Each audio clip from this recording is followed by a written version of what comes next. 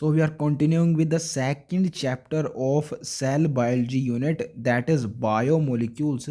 And इस first paragraph में मुझे ये नीचे की ही कुछ लाइंस मिली हैं जो हाईलाइट करने लायक हैं. रिलेटिव अबंडेंस कार्बन और हाइड्रोजन की ज़्यादा होती है with respect to other elements is higher in living organism than in earth crust. तो लिविंग ऑर्गेनिज्म में लिविंग वर्ड आता है और लिविंग से आप ऑर्गेनिक याद रखते हैं. Organic means living only.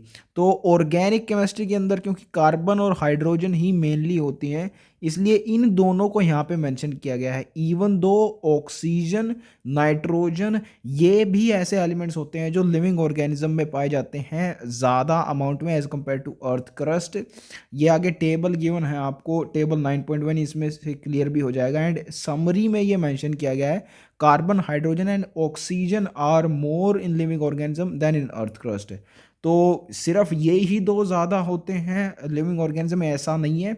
सिर्फ यही दो मेंशन क्यों हैं ये मैंने आपको बता दिया. Now how to analyse chemical composition. तो इसके लिए हम to perform a chemical analysis we can take a living tissue, जो कि वेजिटेबल या पीस ऑफ लिवर कुछ भी हो सकता है, and grind it in trichloro acidic acid using a mortar and a pastel. तो एसिड का इस्तेमाल कर रहे हैं हम लिविंग टिश्यू को ग्राइंड करने के लिए, यानी बेसिकली एसिड में उसको मिक्स कर रहे हैं. ऐसा इसलिए कर रहे हैं क्योंकि दो फ्रैक्शंस हमें बनाने हैं. एक एसिड सोलेबल बनेगा इसमें, एक एसिड इनसोलेबल बनेगा. एसिड ही क्यों लिया? क्योंकि सेल के अंदर मोस्ट ऑफ द चीज़ें एसिड में ही सोलेबल होती हैं. जैसे सबसे पहले अगर न्यूक्लियस का एग्जांपल है तो न्यूक्लियस दो होते हैं, डीएनए आरएनए, दोनों एसिड्स होते हैं. इसके अलावा प्रोटीन्स बने होते हैं अमाइनो एसिड से. लिपिड्स में भी आप देखेंगे इसी चैप्टर में कि फैटी एसिड्स होते हैं. तो मेनली आप समझ सकते हैं कि मोस्ट ऑफ द चीज़ें सेल के अंदर एसिड से एसोसिएटेड है, इसलिए यहाँ पे एसिड लिया गया है. ट्राई एसिटिक एसिड, यही एसिड क्यों लिया? क्योंकि ये पावरफुल एसिड है. देखिए 3 क्लोरीन अटैच हैं इस कार्बन के साथ, एंड क्लोरीन आप जानते हैं एक इलेक्ट्रॉन विड्रॉइंग ग्रुप होता है जो कि एसिडिक स्ट्रेंथ को इंक्रीज करता है. ऑर्गेनिक केमिस्ट्री में ये आता है. एंड यही एसिड क्यों लिया? इसके अलावा और कोई स्ट्रॉन्ग एसिड नहीं होता क्या? ऑफ कोर्स होते हैं, लेकिन यही क्यों लिया ये मैं एक्सप्लेन नहीं कर सकता. इसके साथ मैं याद रखता हूँ, चीज़ क्लोथ का इस्तेमाल करते हैं उस जो मिक्सचर बन गया उसको छानने के लिए. तो चीज़ क्लोथ के अंदर CH आता है और ट्राई क्लोरो एसिटिक एसिड के अंदर भी CH. इससे आप इन दोनों को एक साथ याद रख सकते हैं. तो ऐसे इस एसिड का इस्तेमाल किया जाता है लिविंग टिश्यू को ग्राइंड करने के लिए. अब हमें मिलेगी एक thick slurry. If we were to strain this, यानी इसको अगर छाने हम चीज़ क्लोथ या कॉटन से, तो सी से चीज़ क्लोथ और चीज़ कॉटन ये छानने के लिए इस्तेमाल किया जा रहा है. और मैंने आपको बता दिया ट्राई क्लोरो एसिड के साथ कैसे इसको याद रखना है. We will obtain 2 fractions. One is called filtrate or more technically acid soluble pool, and the second is retentate or acid insoluble fraction. तो फिल्ट्रेट वो जो एसिड में सोलबल हो गया, यानी इस स्ट्रेन के थ्रू चीज़ क्लोथ के थ्रू पास हो गया एसिड में सोलबल होके, वो हो गया फिल्ट्रेट. एंड इस चीज़ क्लोथ में जो बच गया that would be acid insoluble fraction. Acid के साथ कंबाइन नहीं किया उसने, that would be retentate which is remained in that cheese cloth. Scientists have found thousands of organic compounds in the acid soluble pool. Even though ये जो acid insoluble fraction है इसमें भी ऑर्गेनिक कंपाउंड्स ही होते हैं, लेकिन ज़्यादा मात्रा में अगर आप पूछें ऑर्गेनिक कंपाउंड किस में है तो एसिड सॉल्युबल पूल में है डेफिनेटली. देखिए एसिड सॉल्युबल पूल में क्या था? एसिड था ये अपना ट्राइक्लोरो एसिडिक एसिड, ये ऑर्गेनिक एसिड ही तो है. एंड लाइक डिजॉल्व्स लाइक, ये केमिस्ट्री में प्रिंसिपल आप जानते हैं. तो ऑर्गेनिक एसिड में बहुत सारे organic compounds, thousands of organic compounds soluble होंगे, इसमें डिजोल्व होंगे. इससे आप पता लगा सकते हैं कि thousand of organic compound acid soluble pool में पाए जाएंगे. एंड एसिड इनसॉल्युबल पूल में जितने मैक्रो मॉलिक्यूल्स बचे, इवन दो ये मैक्रो मॉलिक्यूल ही होंगे, आपको पता है ऑलरेडी, तभी तो ये उसमें रेटेंटेट हो पाए, ये चीज़ क्लोथ में बच पाए, क्योंकि इनका साइज बड़ा होता है। तो ये 4 टाइप के बायो मैक्रो मॉलिक्यूल्स हैं, इन्हीं के बारे में डिटेल्स में आगे इस चैप्टर में डिस्कस किया गया है। एंड ये है वो comparison of elements present in non living and living matter. अब यहाँ पे देखिए, carbon, hydrogen, oxygen, nitrogen, sulphur, इन सब की अबेंडेंस ह्यूमन बॉडी में ज़्यादा होती है as compare to earth crust. आपको यहाँ से एग्जैक्ट वैल्यू नहीं याद रखनी है। देखिए, ऑक्सीजन की यहाँ पे अर्थ क्रस्ट में सबसे ज़्यादा है, फिर सिलिकॉन आता है। ये एग्जैक्ट आपको केमिस्ट्री में भी देखने को मिलेगा। आई थिंक ये चैप्टर है पी ब्लॉक, जो क्लास 11 का है केमिस्ट्री में, उसमें ये मिलता है कि ऑक्सीजन की अबंडेंस सबसे ज़्यादा होती है अर्थ क्रस्ट में, फिर सिलिकॉन आता है। तो ये ऑर्डर कुछ एलिमेंट्स का बन जाता है। एल्यूमिनियम भी होता है उसमें, आयरन भी होता है उस ऑर्डर में। तो डिफरेंट चैप्टर्स में स्कैटर्ड इन्फॉर्मेशन है, मैंने इसको कलेक्ट करके एक ट्रिक से आपको लर्न करवाया हुआ है। यहाँ मैं चीज़ें कॉम्प्लिकेट नहीं करना चाहता यहाँ पे, क्योंकि पूरी इन्फॉर्मेशन नहीं है ना। ऑक्सीजन और सिलिकॉन तो इस लिस्ट में है, लेकिन एल्यूमिनियम नहीं है यहाँ पे, ना ही यहाँ पे आयरन है। तो एग्जैक्ट ट्रेंड नहीं बन पाएगा, तो इसीलिए मैं इसको यहाँ पे अर्थ क्रस्ट वाले डाटा को नहीं लेना चाहता। यहाँ पे सिर्फ इतना कंपैरिजन कर लीजिए कि अर्थ क्रस्ट से ह्यूमन बॉडी में कौन से एलिमेंट्स ज़्यादा हैं, क्योंकि थ्योरी में ये पॉइंट मेंशन है ना, तो आपको थ्योरी के अकॉर्डिंग ही चलना है। और दूसरी चीज़ में जो लास्ट एलिमेंट दिया है सिलिकॉन, ये नेग्लिजिबल अमाउंट इसका पाया जाता है ह्यूमन बॉडी में। ये क्वेश्चन बन गया है, एनसीईआरटी एग्जाम्पलर में क्वेश्चन आएगा, सिलिकॉन ह्यूमन बॉडी में नेग्लिजिबल ही पाया जाता है। इसको ऐसे याद रख सकते हैं आप कि सिलिकॉन से तो सेमी कंडक्टर्स बनाए जाते हैं ना, तो ये तो मटेरियल्स में यूज़ हो रहा है, ये ह्यूमन बॉडी में नहीं पाया जाएगा। तो एक वर्ड है इंग्लिश के अंदर चूजन, इससे आप याद रख सकते हैं। चूजन मैंने ऑफकोर्स सेलेक्ट करना, कार्बन, हाइड्रोजन, ऑक्सीजन, सल्फर और नाइट्रोजन, ये एलिमेंट्स हैं जो ह्यूमन बॉडी में ज़्यादा पाए जाते हैं। ह्यूमन से चूजन आपको याद रखना है। तो इनके अलावा सोडियम, कैल्शियम, मैग्नीशियम और सिलिकॉन, देखिए इनके पीछे तो आ रहा है इन तीनों के पीछे। एंड सिलिकॉन हमने देख ही लिया कैसे ह्यूमन बॉडी में इस नेग्लिजिबल अमाउंट्स होते हैं। तो इन तीनों का साउंड पीछे से एक साथ एक जैसा आ रहा है। इससे आपको याद हो जाएगा कि ह्यूमन बॉडी में इनके अमाउंट्स कम पाए जाते हैं as compare to earth crust. And human body में किनके ज़्यादा पाए जाते हैं, ये भी हमने इंडिविजुअली इसको लर्न कर लिया है। Analytical techniques when applied to compound gives an idea of the molecular formula and the polar structure of the compound। तो ये दो ही चीज़ें होती हैं एसोसिएटेड किसी भी कंपाउंड्स के साथ, या तो उसकी स्ट्रक्चर होती है या फिर उसका मोलिकुलर फॉर्मूला होता है। इन दोनों ही चीज़ों को एनालिटिकल टेक्निक से पता लगाया जा सकता है। जैसे हम एग्जांपल लें मीथेन कंपाउंड का, मीथेन के अंदर एक कार्बन होता है, 4 हाइड्रोजन होते हैं। तो कैसे एटम्स अरेंज्ड हैं, क्या उनकी अरेंजमेंट है, ये मॉलिक्यूलर फॉर्मूला बताता है। यानी कितने एटम्स कितने अमाउंट्स में प्रेजेंट है, ये मॉलिक्यूलर फॉर्मूला बताएगा। और स्ट्रक्चर, जैसे कि हम जानते हैं केमिकल बॉन्डिंग हमने पढ़ा है, उसकी टेट्राहेड्रल होती है मीथेन की। ये स्ट्रक्चर भी हमें पता लग जाएगी एनालिटिकल टेक्निक से। तो ये क्या क्या बता सकती है एनालिटिकल टेक्निक से एक कंपाउंड के बारे में, ये इंपॉर्टेंट क्वेश्चन यहाँ से बन सकता है। दो ही चीज़ें पॉसिबल है, उसका फॉर्मूला यानी arrangement of atoms in a compound, ये बेसिकली उसका स्ट्रक्चर बताएगी। और मॉलिक्यूलर फॉर्मूला मींस कितने एटम्स का क्या प्रोपोर्शन है। जैसे CH4 में एक कार्बन होता है और 4 हाइड्रोजन। दोनों ही चीज़ें एनालिटिकल टेक्निक से पता लग सकती हैं, ये इंपॉर्टेंट पॉइंट है। All the carbon compounds that we get from living tissues can be called biomolecules। तो bio associated with living and the carbon compounds which can be obtained from living tissues thus be called biomolecules। Even though there is a slight difference between compound and molecules, लेकिन वो हमने already chemical bonding में cover कर लिया, यहाँ उसको देखने की ज़रूरत नहीं है। However, living organisms have also got inorganic elements and compounds in them, and to know this, we have to do experiment that is destructive. Destructive का मतलब है आपको जितना भी ऑर्गेनिक चीज़ें हैं एक लिविंग टिश्यू के अंदर या ऑर्गेनिज्म के अंदर या सेल के अंदर, जो भी आपको लेना है, लिविंग टिश्यू दे रहे हैं बेसिकली हम यहाँ पे, उस ऑर्गेनिक सारी चीज़ों को जलाना होगा आपको पूरी तरीके से। तो ये डिस्ट्रक्टिव अप्रोच हो गई ना, डिस्ट्रक्टिव एक्सपेरिमेंट। जो जो बचेगा वो इनऑर्गेनिक होगा। One way is a small amount of living tissue, से लीफ और liver, and this is called wet wet. तो आप जानते हैं कि किसी भी सेल के अंदर 70% of the cell is water only. ये अगर आपको इन जनरल पॉइंट नहीं पता है तो पता होना चाहिए।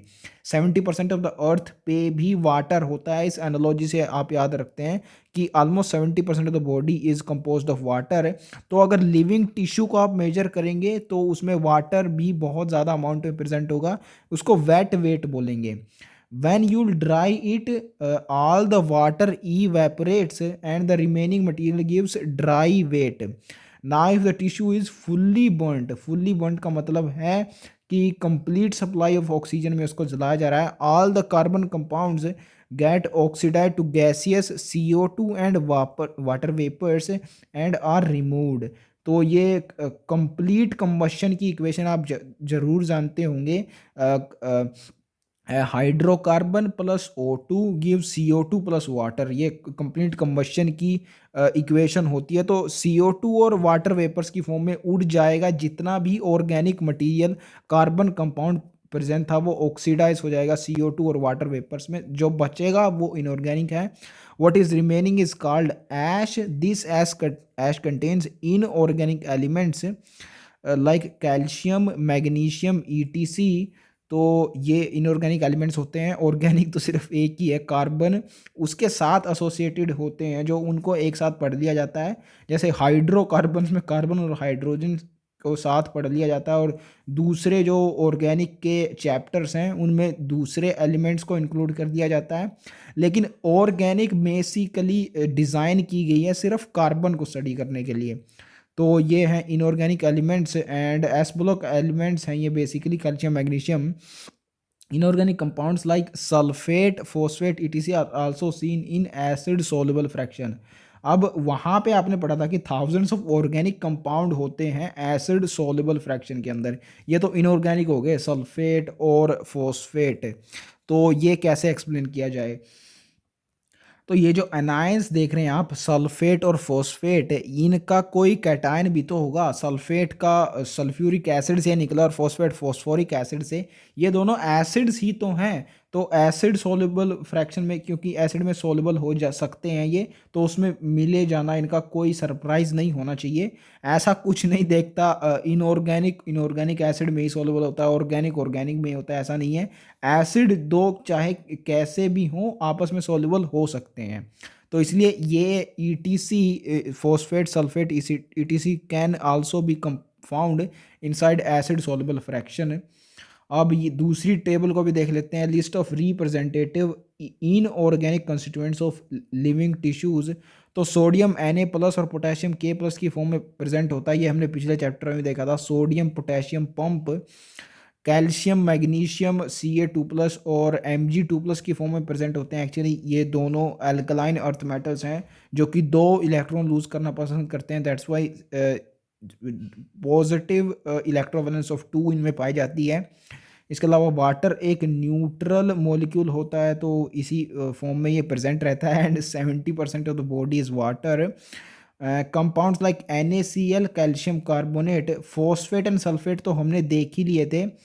NaCl भी प्रेजेंट होता है। आप ये जानते होंगे कि आईज के अंदर जो टीयर्स होते हैं उनमें ये कंपाउंड पाया जाता है, NaCl।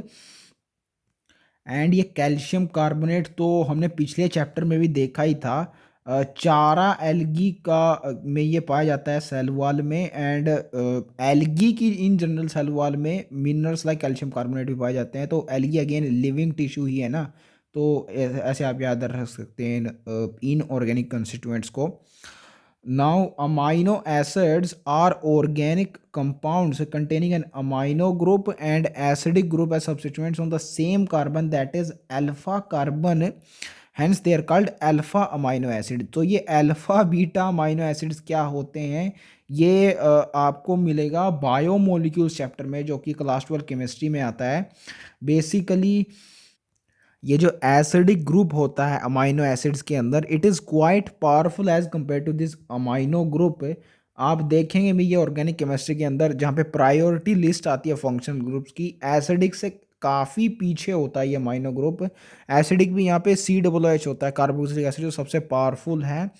तो ये इसकी पावर सबसे ज़्यादा है, इसलिए इसके हिसाब से नेमिंग होती है अमाइनो एसिड्स की। जो डायरेक्टली अटैच्ड कार्बन है कार्बोक्सिलिक एसिड ग्रुप से, उसको बोलते हैं अल्फा कार्बन, एंड उससे अगर अटैच है अमाइनो ग्रुप तो उसको बोलेंगे अल्फा अमाइनो एसिड।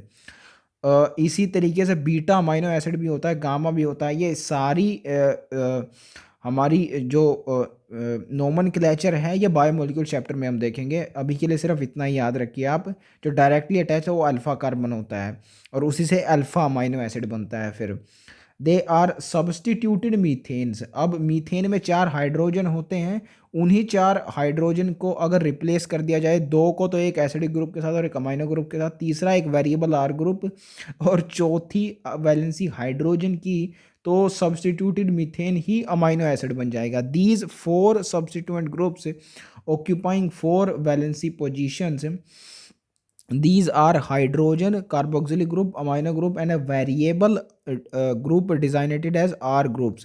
और इस R ग्रुप की वेरिएबिलिटी के कारण ही different types of amino acid हमें देखने को मिलते हैं। Based on the nature of R group there are many amino acids, however which occur in proteins are only of 20 types, and इन 20 टाइप्स में कुछ अमाइनो एसिड एसेंशियल होते हैं, कुछ नॉन एसेंशियल होता है। आपको एग्जैक्टली पता होना चाहिए कौन से एसेंशियल और कौन से नॉन एसेंशियल, ये बायोमोलिक्यूल चैप्टर में हम लर्न करते हैं। एग्जैक्टली हम ये 20 टाइप्स ऑफ अमाइनो एसिड्स को देखने वाले हैं वहाँ पे। एंड इस चैप्टर पे मैं इस पेज पे ये जो टेबल है ये बताना भूल गया था कि कोराल्स में भी तो होता है skeleton composed of calcium carbonate. तो कोराल्स भी एक सीलन ट्राटा होता है, मीन्स लिविंग ऑर्गेनिज्म है, तो वहाँ भी ये पाया जाता है। तो now moving on to next page, the R group in these proteinaceous amino acids, यानी जो प्रोटीन्स में पाए जाते हैं सिर्फ 20 टाइप्स के होते हैं, could be hydrogen, then the amino acid is called glycine. अब मिथाइल ग्रुप, देन उसको एलानिन बोलेंगे, और हाइड्रोक्सिल मिथाइल ग्रुप है तो उसको सिराइन बोलेंगे। तो ये एग्जैक्ट सीक्वेंस में आपको याद रखना है, फिगर 9.1 में गिवन है। अभी इसको देख लेते हैं। देखिए सिर्फ 3 ही टाइप के अमाइनो एसिड्स हैं जो आपकी एनसीईआरटी में यहाँ बायोमोलिक्यूल्स में थ्योरी में गिवन है। तो as of now, as of biology, आपको सिर्फ इन्हीं तीनों को याद रखना है। देखिए ग्रुप ये इंक्रीज करता जा रहा है, पहले हाइड्रोजन था, फिर ये क्या मिथाइल ग्रुप आया, और फिर हाइड्रोक्सिल मिथाइल ग्रुप आया, यानी ग्रुप इंक्रीज करता जा रहा है नंबर ऑफ एटम्स ग्रुप में। इसको इस नाम से आप याद रख सकते हैं, गैस वर्ड से। ये इस सीक्वेंस को ऐसे याद रख सकते हैं, GAS में इंक्रीज कर रहा है the number of atoms in the substituent R group, glycine, alanine और सिराइन इन अमाइनो एसिड्स को इस वर्ड से आप याद रख सकते हैं। बाकी तीनों ग्रुप्स सेम है इनमें।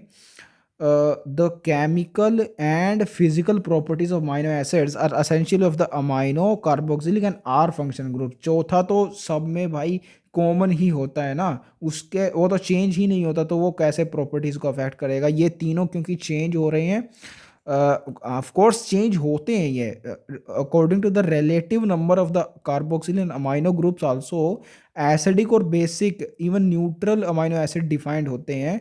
तो ऑफ कोर्स ये अमाइनो और कार्बोक्सिलिक ग्रुप का भी नंबर चेंज होता रहता है आर फंक्शन ग्रुप के साथ। तो ये तीनों ही डिफाइन करते हैं इनकी केमिकल और फिजिकल प्रॉपर्टीज़ को। Based on the number of amino and carboxylic groups, there are acidic, example is glutamic acid, basic lysine example है, एक्चुअली ये मॉलिक्यूलर बेसिस ऑफ इनहेरिटेंस में आता है। लाइसिन एंड आर्जिनिन ये दो टाइप के बेसिक अमाइनो एसिड्स होते हैं, दो हिस्टोन प्रोटीन्स के अंदर पाए जाते हैं। Histone proteins basic types of proteins होते हैं जो डीएनए में होते हैं, तो वहाँ पे भी आएगा, तो वहाँ पे देख लेंगे। न्यूट्रल होता है वलाइन अमाइनो एसिड, देखिए न्यूट्रल के एंडिंग में एल आ रहा है और वलाइन के स्टार्टिंग में एल आ रहा है, तो इससे आपको याद रह जाएगा वलाइन न्यूट्रल अमाइनो एसिड होता है। Similarly there are aromatic amino acid, for example tyrosine. देखिए फिनाइल एनालाइन और ट्रिप्टोफैन, इनमें तो पीएच पीएच आ रहा है दोनों में, फिनाइल सीधा आ रहा है तो एरोमेटिक होगा। ये आप जानते हैं फिनाइल बेंजीन से बना हुआ है जो कि एरोमेटिक होता है, तो ये दोनों तो सीधे आपको याद रह जाएंगे, पीएच आ रहा है क्योंकि इन दोनों में ये होते हैं एरोमेटिक अमाइनो एसिड्स। टायरोसिन भी एरोमेटिक होता है, देखिए इसमें आर ओ आ रहा है और एरोमेटिक में आर ओ आ रहा है, ऐसे ऐसे आप याद रखेंगे कि ये भी एरोमेटिक अमाइनो एसिड होता है tyrosine. A particular property of amino acid is ionizable nature of NH2 and COOH groups. Hence, in solutions of different pH, structure of amino acids changes. सो किस पीएच के सॉल्यूशन में amino acid की क्या structure हो जाएगी, ये आपको पता होना चाहिए। देखिए एक कंडीशन कब हो सकती है ये स्ट्रक्चर, जब उस एनवायरनमेंट में H प्लस बहुत ज़्यादा हो, यानी एसिडिक एनवायरनमेंट वो हो। अगर H प्लस बहुत ज़्यादा है तो यहाँ पे NH2 के साथ एक H कंबाइन कर जाएगा और NH3 प्लस बन जाएगा। यहाँ पे देखिए बेसिक ग्रुप बिल्कुल गायब हो गया, सिर्फ एसिडिक बचा है COOH। तो ये एसिडिक यहाँ पे एनवायरनमेंट था और उसमें एसिडिक ही हो गया, तो एसिडिक में जाने पे एसिडिक हो गया, ऐसे आपको ये लर्न करना है। और दूसरा इसमें स्ट्रक्चर है बी। बी स्ट्रक्चर में दोनों के दोनों आपको आयंस दिखेंगे, इसको ज्विटर आयनिक फॉर्म बोलते हैं। This form results when the amino acid is present in aqueous solution। Water में क्योंकि H प्लस और OH माइनस आयन दोनों पाए जाते हैं, तो ये दोनों बन जाते हैं इसमें। ये आपको याद रखनी है, स्ट्रक्चर इंपॉर्टेंट है। इसके बाद तीसरी, जब बेसिक एनवायरनमेंट में होता है कोई अमाइनो एसिड तो OH माइनस वहाँ होंगे, तो वो OH माइनस ये COOH के H प्लस को अट्रैक्ट कर लेंगे और यहाँ COO माइनस बच जाएगा। सिर्फ बेसिक ग्रुप यहाँ पे दिख रहा है आपको NH2 का, एसिड ग्रुप यहाँ पे डिस्ट्रक्ट हो गया H प्लस के रिमूव होने से, तो ये बेसिक हो जाएगा। तो बहुत सिंपल है, बेसिक एनवायरनमेंट में अमाइनो एसिड की स्ट्रक्चर बेसिक हो जाती है, एसिडिक एनवायरनमेंट में एसिडिक हो जाती है, और जहाँ एक्वस है उनमें ज्विटर आयनिक फॉर्म रिजल्ट करती है। Lipids are generally water insoluble, they could be simple fatty acids. तो ये जो नेचर है लिपिड्स का वाटर इनसॉल्युबल होना, ये यूज़ भी होगा आगे, थ्योरी के अंदर आएगा कि क्यों मैक्रोमोलिकुलर फ्रैक्शन के अंदर आ जाते हैं लिपिड्स, इवन दो इनका साइज़ बहुत छोटा होता है, क्योंकि ये वाटर इनसॉल्युबल होते हैं। ये एक वन ऑफ द रीज़न है उनके उस फ्रैक्शन में आने का। एंड ये वाटर इनसॉल्युबल होते हैं, ये इनके एग्जाम्पल से क्लियर होता है। फैट्स एंड ऑयल्स आर इस examples, and oil water insoluble होता है, ये आपका कॉमन ऑब्जर्वेशन होना चाहिए। आप डाल के देख सकते हैं, कभी घुलेगा नहीं पानी में, उसके ऊपर ही रह जाएगा सरफेस पे ऑयल वाटर के।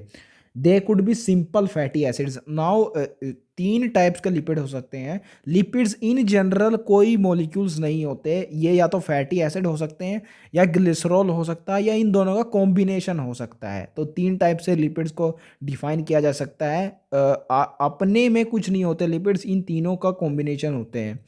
तो they could be simple fatty acid. अब फैटी एसिड क्या होते हैं वो आगे बताया गया है। Fatty acid has a carboxyl group attach to an R group, and fatty इसको इसलिए बोला जाता है क्योंकि वेरिएबल आर ग्रुप की इसकी लेंथ वेरिएबल होती है। Fatty means as the name suggest बहुत सारे इसमें कार्बन्स पाए जाते हैं, hydrocarbons. R group could be methyl, ethyl और higher number of CH2 groups 1 to 19 carbons. अब इतना ही आपको याद रखना है, 1 से 19।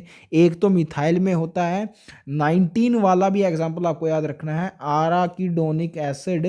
दो गिवन है यहाँ पे एग्जाम्पल, तो यहाँ से आपको याद हो जाएगा कि 1 से 19 इसमें कार्बन होते हैं आर ग्रुप के अंदर।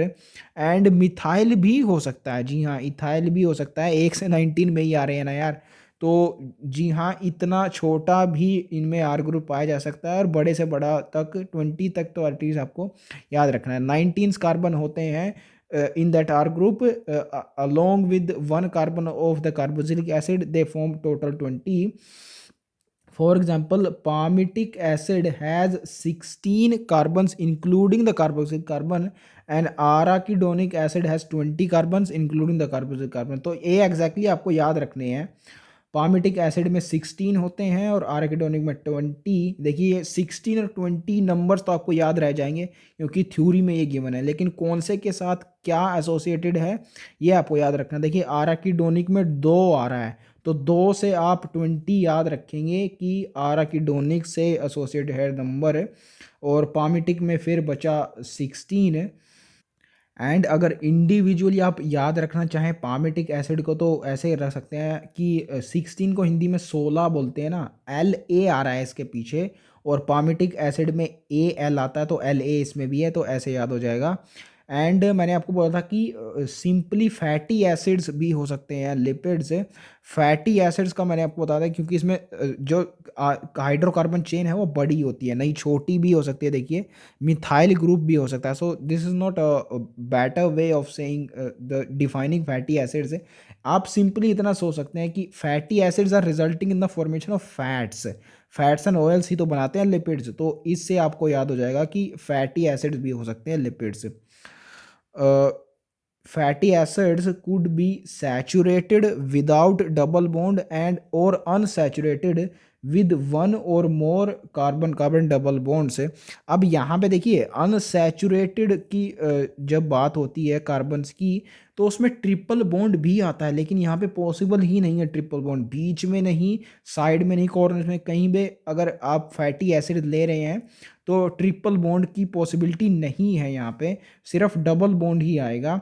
एंड ये आई थिंक मैं आपको बता चुका हूँ cell the unit of life में भी कि फॉस्फोलिपिड्स के अंदर सिर्फ सैचुरेटेड ही होते हैं, ये मैं आपको वहाँ पे लर्न करवा चुका हूँ। इवन दो लिपिड्स में अनसैचुरेटेड भी पाए जाते हैं, ये मैंने आपको वहाँ पे बोला था। यहाँ देख लीजिए अनसैचुरेटेड कैसे हो सकते हैं ये। Another simple lipid is glycerol which is ट्राईहाइड्रोक्सीप्रोपेन। तो ट्राईहाइड्रोक्सीप्रोपेन ग्लिसरॉल होता है, ये हमें ऑलरेडी पता है। इसको सिंपल लिपिड भी बोल सकते हैं। देखिए सिंपल लिपिड बोल सकते हैं फैटी एसिड्स को भी या फिर ग्लिसरॉल को भी, और इन दोनों के कॉम्बिनेशन को कॉम्प्लेक्स लिपिड बोलेंगे जिसको एक नया नाम दे दिया गया है ग्लिसराइड। जी हाँ आगे आ रहा है, जैसे ये ट्राईग्लिसराइड है। Many lipids have both glycerol and fatty acids. In them, fatty acids are found to be esterified with glycerol. These can be then monoglycerides, diglycerides and triglycerides. तो ऐसा इसमें बोला गया है कि फैटी एसिड्स अगर एक एस्टरीफाइड किया जा रहा है ग्लिसरॉल के साथ तो मोनोग्लिसराइड होगा, 2 किए जा रहे हैं तो डाई एंड देन ट्राईग्लिसराइड्स। ये आगे एग्जांपल भी गिवन है जिसमें 3 फैटी एसिड एस्ट्रीफाइड हैं ग्लिसरॉल के साथ। And they are also called fats and oils based on melting points. ये मैंने आपको बताया था पिछले चैप्टर में भी लिपिड्स के बारे में। Oils have lower melting point, gingelly oil इसका एग्जाम्पल है। Hence remain oils in winters also. तो आपने देखा होगा ऑयल्स विंटर्स में भी डेफिनेटली पाए जाते हैं। तो यही डिफरेंस है सिर्फ फैट्स और ऑयल्स में, मेल्टिंग पॉइंट का लोअर होता है ऑयल्स का। Some lipids have phosphorus and phosphorylated organic compounds in them, these are called phospholipids. तो वेरी ऑब्वियस नेम, दोनों हो सकती हैं, फॉस्फोरस इंडिविजुअली भी या फॉस्फोराइलेटेड ऑर्गेनिक कंपाउंड भी हो सकता है। ये एक्चुअली आगे आता भी है, समरी में गिवन है इसके बारे में। एंड वहाँ पे गिवन है दैट फॉस्फोराइलेटेड नाइट्रोजीनस कंपाउंड्स है basically. Nitrogen genus compounds phospholipids में होता है, उसका नाम है कोलिन। ये आपको कंपाउंड का नाम नहीं याद रखना है, मैं आपको ये बता रहा हूँ कि ऑर्गेनिक कंपाउंड जो फॉस्फोरिलेटेड हैं फॉस्फोलिपिड्स के अंदर उनमें नाइट्रोजन भी होता है। ये समझाने के लिए मैंने ये एग्जांपल दिया है आपको। They are found in cell membrane. तो phospholipids are major component of cell membrane. हमने देखा था 52% प्रोटीन्स होते हैं और 40% lipid in the plasma membrane of human RBC in cell the unit of life chapter. Lecithin is one example. तो lecithin example होता है फॉस्फोलिपिड्स का। ये क्वेश्चन आ चुका है 2019 का जो ओडिशा पेपर है, मैंने सोल्व करा हुआ है, आप देख सकते हैं। उसमें क्वेश्चन आपको मिल जाएगा। Lecithin is an example of phospholipid. तो लैसिथिन से आपको पॉलीथीन याद आना चाहिए, और पॉलीथीन में पी आता है शुरुआत में, तो फॉस्फोलिपिड पी से आपको याद आ जाएगा। इससे आप याद रख सकते हैं कि ये एग्जाम्पल होता है फॉस्फोलिपिड्स का।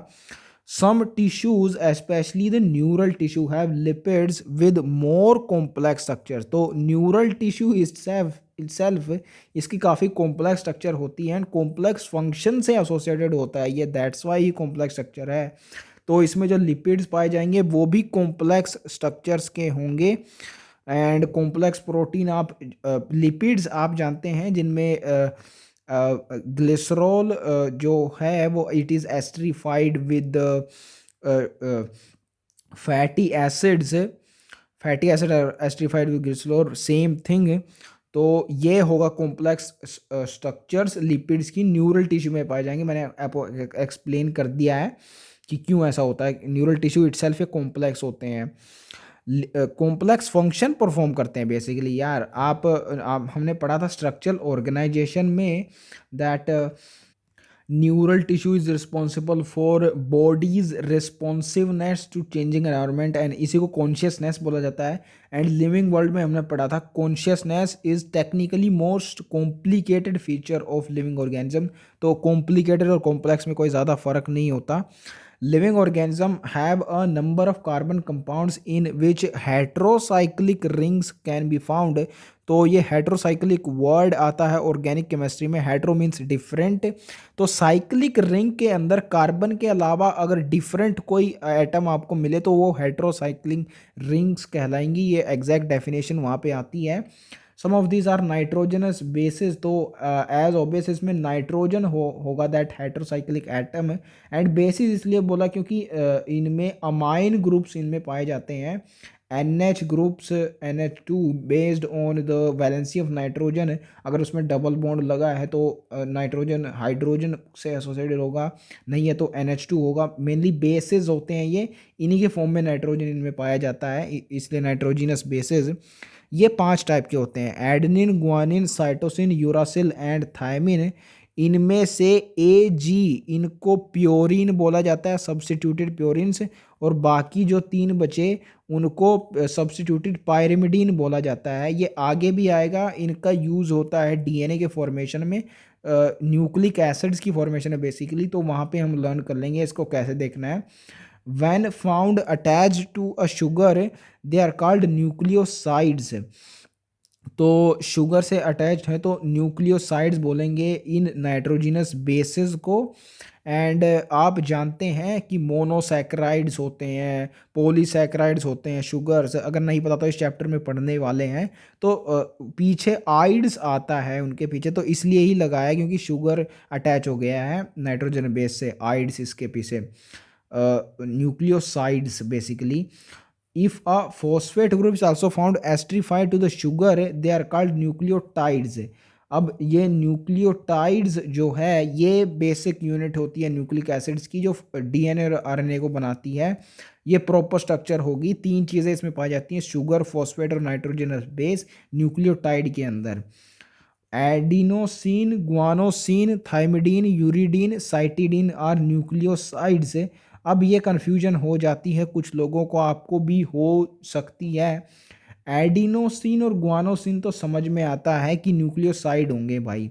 देखो जो न्यूक्लियोटाइड्स होते हैं इनको याद रखना बहुत आसान है, क्योंकि इनके कॉम्बिनेशन से एसिड्स बनते हैं ना, DNA और RNA, deoxyribonucleic acid and ribonucleic acid.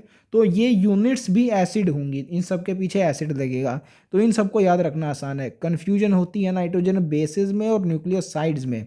Adenosine और गुआनोसिन के हमने बेसिस ऑलरेडी पढ़े हुए हैं, एडेनिन और गुआनिन, इनमें कोई दिक्कत नहीं आती। साइटोसिन, आप इसको कंफ्यूज कर सकते हैं कि यही न्यूक्लियोसाइड हो सकता है, क्योंकि सिन आ रहा है इसके पीछे, एडिनोसिन और ग्वानोसिन के पीछे भी सिन आता है। तो ये आपको ध्यान रखना है यहाँ से। एडिन और ग्वानिन के लिए तो ये आ जाते हैं। साइटोसिन के लिए हमारे पास साइटिडीन होता है न्यूक्लियोसाइड में, क्योंकि डी आ रहा है ना, तो इसमें साइटिडीन होता है। और यूरिडीन होता है यूरासिल के लिए, अगेन डी आ रहा है इसमें। और थायमिन के लिए थायमिडीन होता है, तो इसमें भी डी आ रहा है। तो न्यूक्लियोसाइड में डी आता है और इनमें भी डी आता है, तो ऐसे इनको आप याद रख सकते हैं, यहाँ पे कन्फ्यूजन नहीं होनी चाहिए। न्यूक्लियोटाइड्स मैंने आपको बता दिया। Nucleic acids like DNA and RNA consist of nucleotides only, polynucleotides इनको बोलते हैं। DNA RNA function as genetic material, ये आपको पता ही है। सो अगेन स्ट्रक्चर गिवन है in small molecular weight organic compounds in living tissues. तो इन सभी ऑर्गेनिक कंपाउंड्स का स्मॉल मोलिकुलर वेट है। इसके अलावा लार्ज मोलिकुलर वेट वाले भी ऑर्गेनिक कंपाउंड्स होते हैं, जो हमने देखा था एसिड इनसॉल्युबल फ्रैक्शन में आते हैं, पॉलीसैकेराइड्स, पॉलीपेप्टाइड्स, पॉलीन्यूक्लियोटाइड्स। उनको अलग से डिस्कस किया गया है, सेपरेट उनके ग्रुप्स बनाए गए हैं। यहाँ पे इन्हीं को डिस्कस कर दिया गया है। पहले हैं शुगर्स यानी कार्बोहाइड्रेट्स, एग्जाम्पल है ग्लूकोज एंड राइबोज। देखिए ग्लूकोज और फ्रक्टोज दोनों हेक्सोज होते हैं, मीन्स इनमें 6 शुगर्स कार्बन्स पाए जाते हैं। फॉर्मूला इन दोनों का एग्जैक्टली सेम होता है, ये हम बायोमोलिक्यूल चैप्टर में भी देखने वाले हैं। अभी के लिए आपको एक जनरल आइडिया होना चाहिए इनकी स्ट्रक्चर का। ग्लूकोज में 6 ऑक्सीजन होते हैं, इनमें से 5 आपको हाइड्रोक्सिल ग्रुप्स दिख रहे हैं, और एक ऑक्सीजन एल्डिहाइड और कीटोनिक ग्रुप में प्रेजेंट होता है। एल्डिहाइड ग्रुप इसमें होता है ग्लूकोज में, ये एल्डोज होता है, और फ्रक्टोज कीटोज होता है। ये दोनों चीज़ें बायोमोलिक्यूल चैप्टर में आप देखने वाले हैं। तो मैं आपको यहाँ पे सिर्फ इतना बताना चाहता हूँ, हाइड्रोक्सिल ग्रुप इसमें 5 प्रेजेंट है, एक ऑक्सीजन फंक्शनल ग्रुप की फॉर्म में प्रेजेंट है। तो जितने ऑक्सीजन होंगे उनमें से एक प्रेजेंट होगा फंक्शनल ग्रुप की फॉर्म में, और 5 इसमें हाइड्रोक्सिल ग्रुप पाए जाएंगे। इसमें C6H12O6 है, तो ऐसी अरेंजमेंट होगी। C5H10O5 होता है राइबोज, अगेन इसमें 4 होंगे हाइड्रोक्सिल ग्रुप, और एक फंक्शन ग्रुप की प्रेजेंट में के फॉर्म में प्रेजेंट होगा ऑक्सीजन C5H10O5। ये पेंटोज शुगर होता है राइबोज, यही यूज होता है डीएनए और आरएनए में। Ribose as it is RNA में यूज कर लिया जाता है। डीऑक्सी राइबोज यूज किया जाता है डीएनए में, ऑफकोर्स उसमें डीऑक्सी मीन्स एक ऑक्सीजन लेस होता है उसमें। तो ये दोनों चीज़ें आएंगी भी बायोमोलिक्यूल चैप्टर में। सिर्फ इतना आप इन जनरल आइडिया याद रख सकते हैं यहाँ से अभी के लिए। और अमाइनो एसिड तो हमने देख ही लिए थे। फैटी एसिड पहला एग्जाम्पल है पामिटिक एसिड, 16 इसमें कार्बन्स होते हैं, 14 यहाँ पे दिख रहा है, एक CH3 का 15 और एक COOH का 16। तो इसको कैसे लर्न करना ये भी हमने देख लिया था। और फॉस्फोलिपिड होता है लेसिथिन, ये हमने नाम से इसको लर्न किया था पॉलीथीन से। देखिए यहाँ पे पॉलीथीन जैसी स्ट्रक्चर बन भी रही है नाइट्रोजन के साथ, एंड फॉस्फोलिपिड में नाइट्रोजन होता है। ये मैंने आपको बताया था नाइट्रोजीनस कंपाउंड कोलिन का एग्जांपल मैंने दिया था। देखिए यहाँ पे नाइट्रोजन आ भी रहा है, तो नाइट्रोजन की वैलेंसी यहाँ पे कंप्लीट हो रही है। 4 बॉन्ड्स बेसिकली यहाँ पे बना रहा है, लेकिन 4 बॉन्ड्स के केस में पॉजिटिव चार्ज आ जाता है। आप जानते होंगे अगर नाइट्रोजन चैप्टर आपने पढ़ा है बी ब्लॉक का, तो यहाँ पे दिखाया नहीं गया लेकिन आता ज़रूर है। आप कंसेप्चुअली क्लियर रहिए इस मामले में। तो ये थैला बन रहा है यहाँ पे पॉलीथीन, ये नाइट्रोजन के साथ पॉलीथीन के एंड में एंड आता है, तो यहाँ पे नाइट्रोजन होगा, इससे आप याद रख सकते हैं। और फॉस्फोलिपिड में नाइट्रोजिनस कंपाउंड्स होते हैं, ये भी मैं आपको बता चुका हूँ।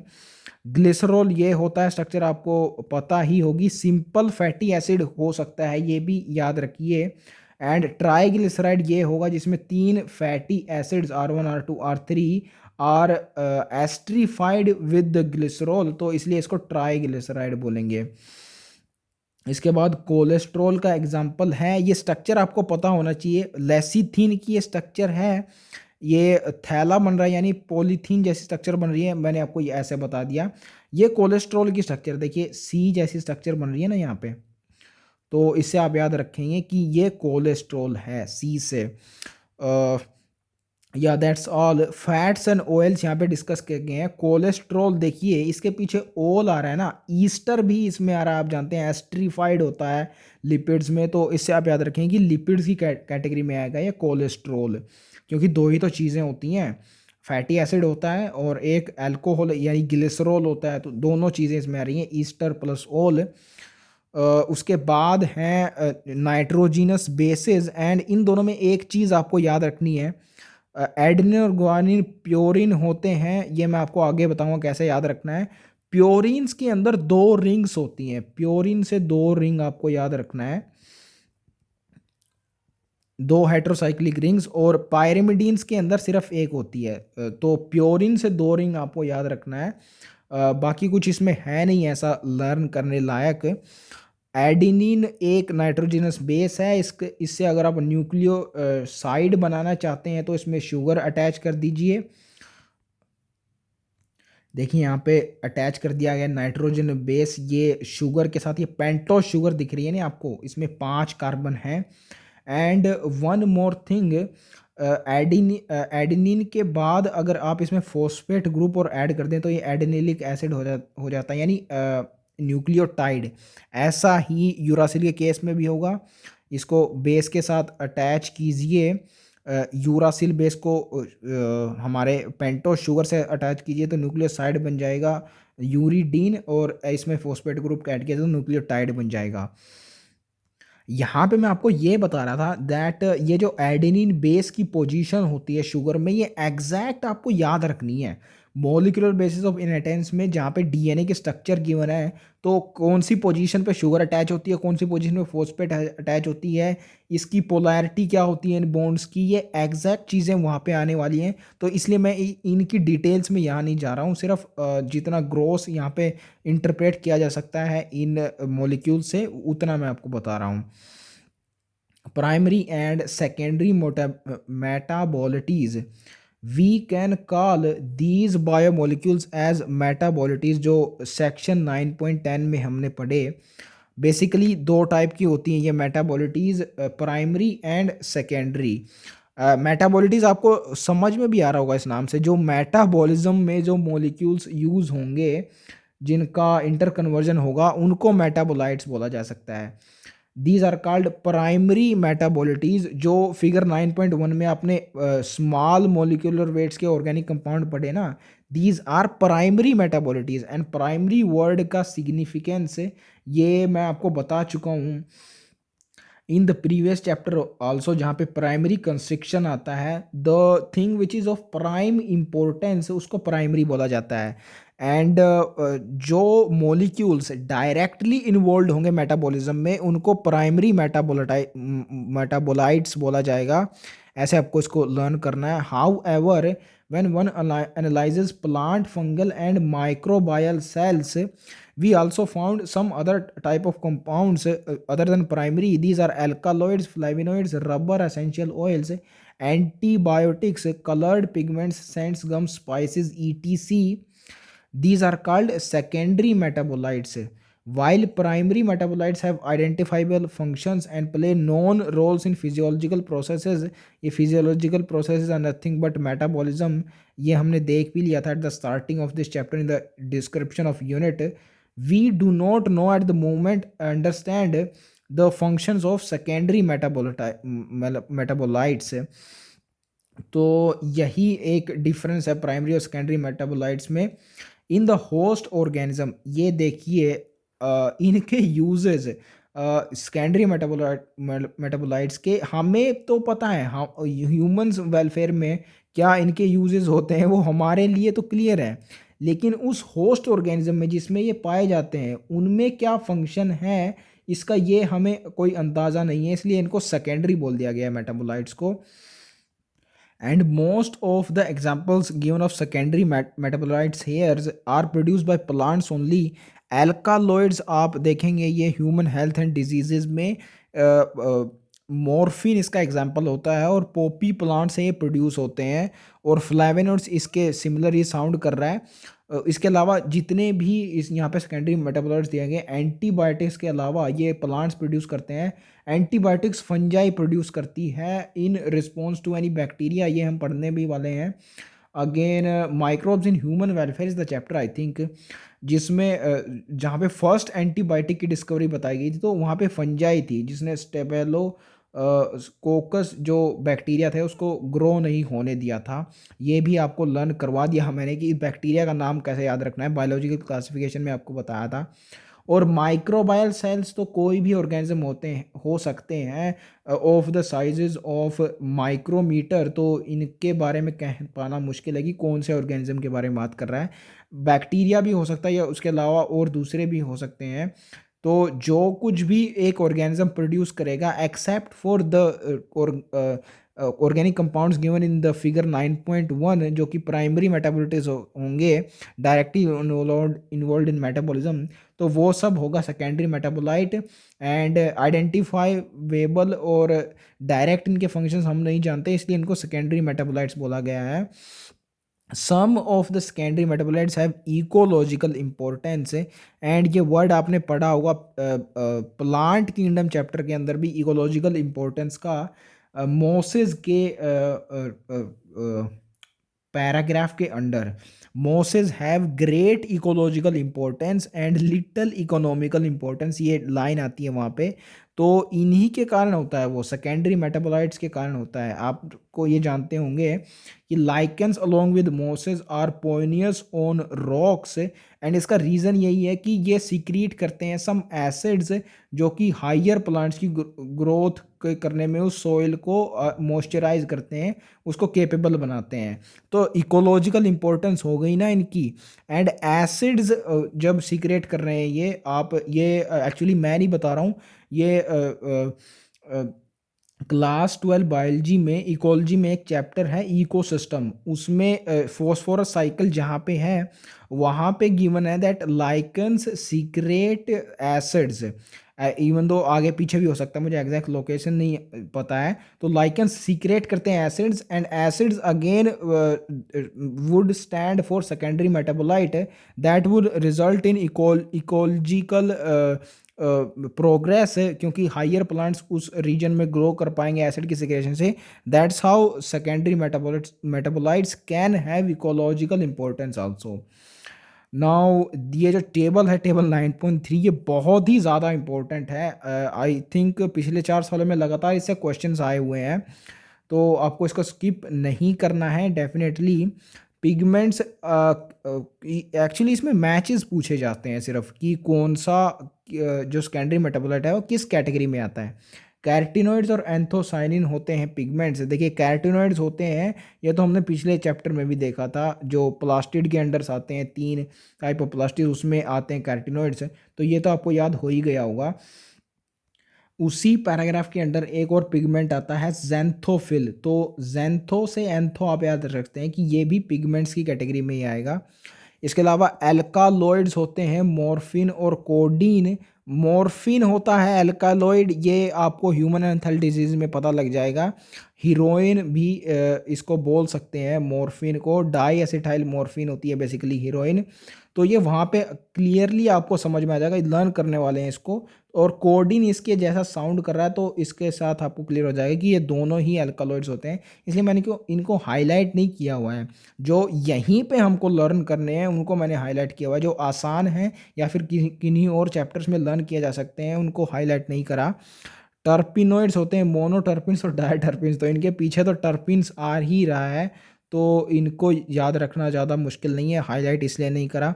एसेंशियल ऑयल होता है लेमन ग्रास ऑयल, तो आपसे ऐसा नहीं पूछा जाएगा कि 4 तरह के ऑयल्स दे दिए जाएंगे, उनको बताइए कौन सा एसेंशियल है कौन सा नॉन एसेंशियल, ऐसा नहीं होगा। Essential oil type of secondary metabolite होती है लेमन ग्रास ऑयल, सिर्फ इतना आपको याद रखना है, इसके पीछे भी ऑयल आ रहा है। इसके अलावा टॉक्सिन्स और लैक्टिन्स, इनमें काफ़ी कंफ्यूजन होती है एंड ये पूछा गया है। टॉक्सिन लैक्टिन्स और ड्रग्स, ये दो क्वेश्चंस आए हैं नीट 2021 में इन्हीं 3 लाइन्स से, तो डेफिनेटली ये क्लियर होना चाहिए आपको। टॉक्सिन में इन आता है और एब्रिन और राइसिन इन दोनों में इन आ रहा है लास्ट में। तो इससे आपको क्लियर हो जाएगा कि टॉक्सिन्स होते हैं एब्रिन और राइसिन। एंड लैक्टिन्स का एग्जांपल है कोनकावैलिन। देखिए लैक्टिन में एल आता है और कोनकावैलिन में भी एल आ रहा है। कोनकैनावैलिन ए है ये। टॉक्सिन इन इन दोनों के अंदर आ रहा है, लैक्टिन के अंदर भी और टॉक्सिन्स के अंदर भी, लेकिन एल नहीं आ रहा कहीं भी टॉक्सिन्स में, लेकिन लैक्टिन्स में आ रहा है। तो इससे आप याद रखेंगे कोनकैनावैलिन ए एक लैक्टिन होता है।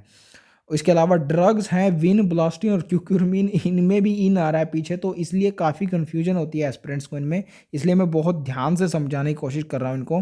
देखिए ड्रग्स दो आपको ज़रूर याद होंगी, एक विक्स जो गले में खराश जब होती है जो उस टाइम दी जाती है, और क्रोसिन एडवांस आपने सुनी होगी, एक और डिजीज जो सर दर्द में ली जाती है। तो विक्स और क्रोसिन ये दोनों ड्रग्स आप याद रख लीजिए, टैबलेट्स होती हैं। विक्स से आपको विनब्लास्टिन याद आ जाएगा और क्रोसिन से क्यूक्यूरमिन रह जाएगा। तो ऐसे आप इन तीनों को याद रख सकते हैं। और पॉलीमेरिक सब्सटेंसेस रबर, गम्स और सेलुलोज होते हैं। ये चैप्टर आता है क्लास 12 केमिस्ट्री में, पॉलीमर्स। तो उसमें आपको पता लगेगा कि ये तीनों नेचुरल पॉलीमर्स होते हैं, ये इनकी बाकायदा एक कैटेगरी वहाँ पे बनाई गई है।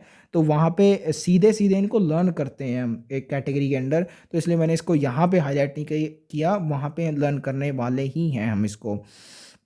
नाउ बायो माइक्रो मोलिक्यूल्स, तो पीछे फिगर 9.1 में हमने कवर कर लिए माइक्रो मोलिक्यूल्स जिनको बोल सकते हैं स्मॉल मोलिकुलर वेट्स के। अब मैक्रो मोलिक्यूल्स की बारी आ गई है जो एसिड इनसॉल्युबल फ्रैक्शन में डेफिनेटली हमको देखने को मिलते हैं। There is one feature common to all those compounds found in acid soluble pool that they have molecular weights ranging from 18 to 800 daltons approximately। तो इसको इन जनरल आगे डिफाइन किया गया है कि 1000 डेल्टन से नीचे मोलिकुलर वेट जिन मॉलिक्यूल्स का होता है, जिन कंपाउंड्स का होता है, वो इस फ्रैक्शन में आते हैं एसिड सोल्युबल में। यानी वो जो चीज़ क्लॉथ लिया था ना हमने, उसके अंदर से पास हो जाते हैं, वो फिल्ट्रेट के अंदर आ जाते हैं, रेटेंटेट के अंदर नहीं बचते।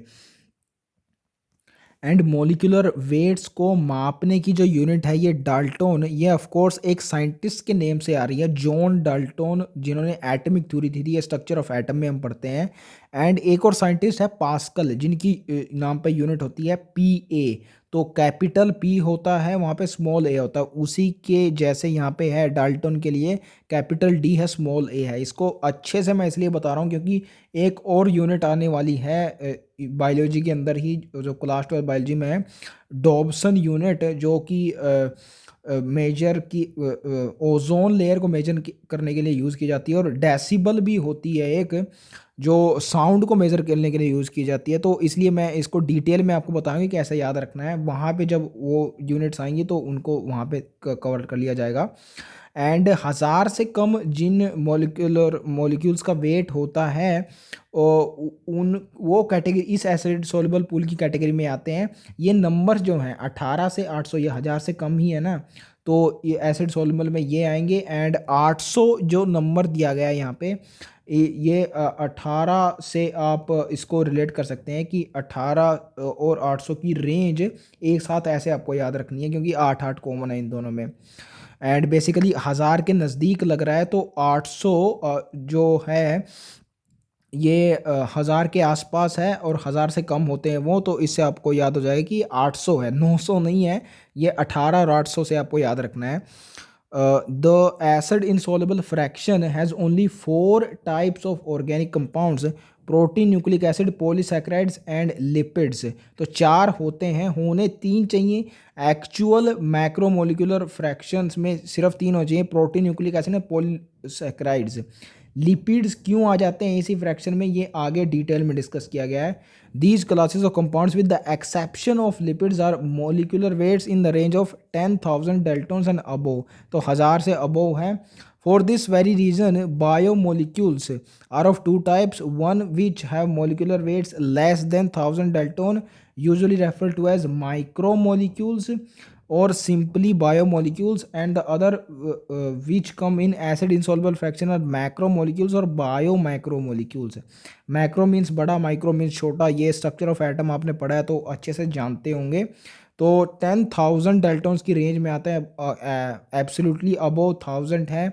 बायो मैक्रो मॉलिक्यूल्स होंगे ये। अब आपको यहाँ से एक क्वेश्चन अराइज होना चाहिए कि लिपिड्स क्यों आता है in the category of acid insoluble fraction. With the exception of lipids all are polymeric substance जो insoluble फ्रैक्शन में आते हैं।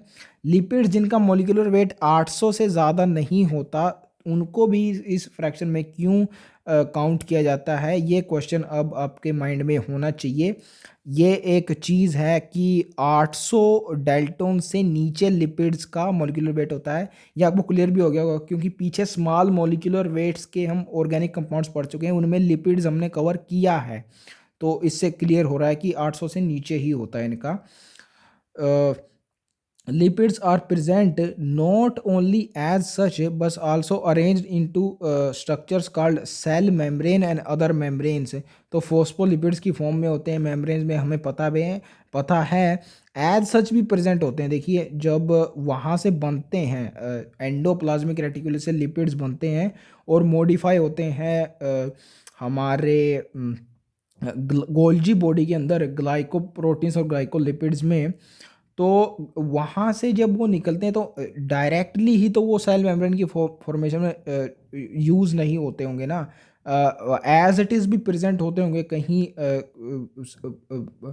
एरियाज में सेल के अंदर। एंड ये हम देखते भी हैं रेस्पिरेशन इन प्लांट्स चैप्टर में कि कैसे रेस्पिरेटरी पाथवे के अंदर लिपिड्स को ब्रेक किया जाता है into fatty acids and glycerol and then respiratory pathway में उनको यूज़ किया जाता है।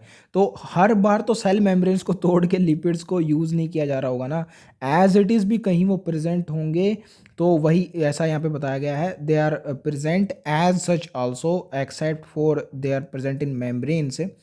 When we grind a tissue, जो कि हमने पीछे किया था एसिड के साथ ग्राइंड किया था मोटर और पेस्टल लेके, we are disrupting the cell structure. Of course पूरी तरह से तोड़ रहे हैं यार हम उसको, जितने भी कंपोनेंट्स होते हैं टिश्यू के अंदर सेल के अंदर वो सारे अलग अलग हो जाएंगे। ग्राइंड करने का मतलब यही होता है। Cell membrane and other membranes are broken into pieces and form vesicles which are not water soluble. Therefore, these membrane fragments in the form of vesicles get separated along acid insoluble pool, and hence in the macromolecular fraction lipids are not strictly macromolecules। तो ये तो हमने देख ही लिया, तो 800 से नीचे होता है इनका मोलिकुलर फेस 800 डेल्टॉन से। अब ये रीज़न बहुत ऑब्वियस लगना चाहिए आपको, क्योंकि वाटर इनसॉल्युबल नेचर लिपिड्स का हम पीछे ऑलरेडी डिस्कस कर चुके हैं। एंड वेसिकल्स की फॉर्म में टूटेंगे ये सेल मेम्ब्रेन्स, ये भी आपको क्लियर होना चाहिए क्योंकि पिछले चैप्टर में पढ़ चुके हैं दैट अगर किन्हीं भी तरीकों में यूज़ करना है आपको प्रोटीन्स और लिपिड्स को, उनको पहले गोल्जी बॉडी से गुजारा जाता है, पैकेजिंग उनकी की जाती है in the form of vesicles, उसी के बाद वो यूज़ होते हैं। तो वेसिकल्स की फॉर्म में ही सेल मेम्ब्रेन्स में वो यूज़ होंगे, तो जब इनको तोड़ा जाएगा तो वेसिकल्स ही फॉर्म करेंगे। The acid soluble pool represent रफली द साइटोप्लाज्मिक कंपोजिशन। तो साइटोप्लाज्म के अंदर जितने भी मैक्रोमोलिक्यूल्स थे, यानी कि पॉलीसैकेराइड्स, पॉलीन्यूक्लियोटाइड्स एंड पॉलीपेप्टाइड्स, वो ऑर्गेनेल बनाते हैं और एसिड इंसॉल्युबल फ्रैक्शन के अंदर आते हैं। ऑर्गेनेल्स को फॉर्म करने में उनका कंट्रीब्यूशन होता है। सो दो चीज़ें हैं, एक तो बायो मैक्रोमोलिक्यूल्स जिनके नाम मैंने अभी आपको गिनवाए, और दूसरा ऑर्गेनेल्स जो किसी भी सेल के अंदर होते हैं, वो तो चीज़ क्लॉथ के अंदर रह जाएंगे, फिल्टर हो जाएंगे, बेसिकली फिल्ट्रेट में आएंगे वो एसिड इनसॉल्युबल में।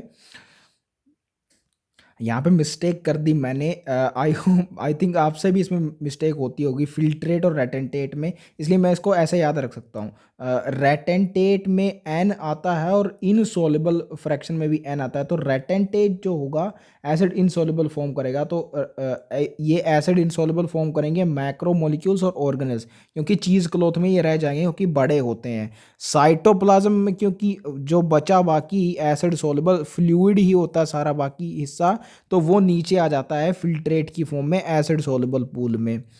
Together they represent the entire chemical composition of the living tissues और ऑर्गेनिज्म। तो इन दोनों को जोड़ दिया जाए तो सारा टिश्यू ही बन जाएगा, लिविंग टिश्यू, क्योंकि दो ही चीज़ें तो होती हैं, ये साइटोप्लाज्म का फ्लूइड और उसके अंदर पाए जाने वाले मैक्रोमोलिक्यूल्स और ऑर्गेनेल्स। तो together they represent the entire chemical composition. Water is the most abundant chemical in the living organisms. ये इस टेबल से भी आपको क्लियर हो रहा है। एंड इस टेबल के अंदर एग्जैक्टली इनका सीक्वेंस क्या होता है, ये आपको याद रखना है। सो इस टेबल को एंड प्रोटीन से आगे हम कंटिन्यू कर लेते हैं in the next part. And hardly एक और लेक्चर इसमें लगने वाला है, क्योंकि बहुत ज़्यादा बड़ा चैप्टर नहीं है ये।